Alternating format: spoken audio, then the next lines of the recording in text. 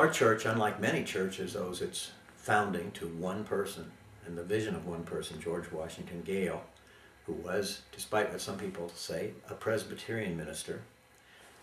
He was sickly all his life. He had stomach problems. We don't know exactly what they were, but he'd been sick all his life, and when he was studying at Princeton, he got very sick. He describes the fact that the flesh wouldn't stay on his body, and he used to lay in his room at night, and he said his roommate would sleep regularly, and he would lay awake and count the hours of the night. Finally, he left school and wasn't sure he was going to be able to return. He went back to New York, and he was living at his sister's house, seeing if he could recover or not. And he had a little place that he built out behind the house. He calls it a leafy bower. He'd taken some leaves and tied them up, and he used to go back there and read his Bible. And one day the Bible fell open to the verse of Psalm 118, verse 17, which was, "I shall not die, but I will live and preach the word of the Lord." And he took that as a sign that that was what his calling was to be, that he was in the right place. And although he never finished Princeton, he went on to become a minister. A name that's almost vanished from our memory today, but was very famous in the 19th century, is Charles Grandison Finney.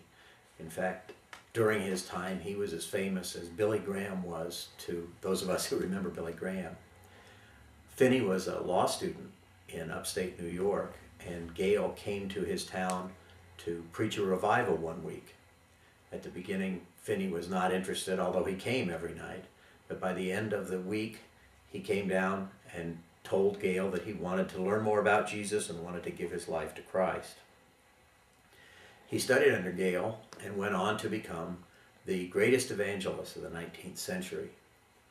Gale took that as a lesson. He thought that if he could touch a life like Charles Grandison Finney and convert him and send him on his way to preach to other people, that he could do it for other young men. And so he did. And that's when the idea started that he might start a college out in the West, which turned out to be Galesburg, and an effort to train young ministers. So it was the touching of that one life, and what happened as Finney then took off on his path of preaching that inspired Gale to go on and try to touch other lives. And of course, in many ways, he's touched our life here today, because our congregation is the direct result of Gale's calling.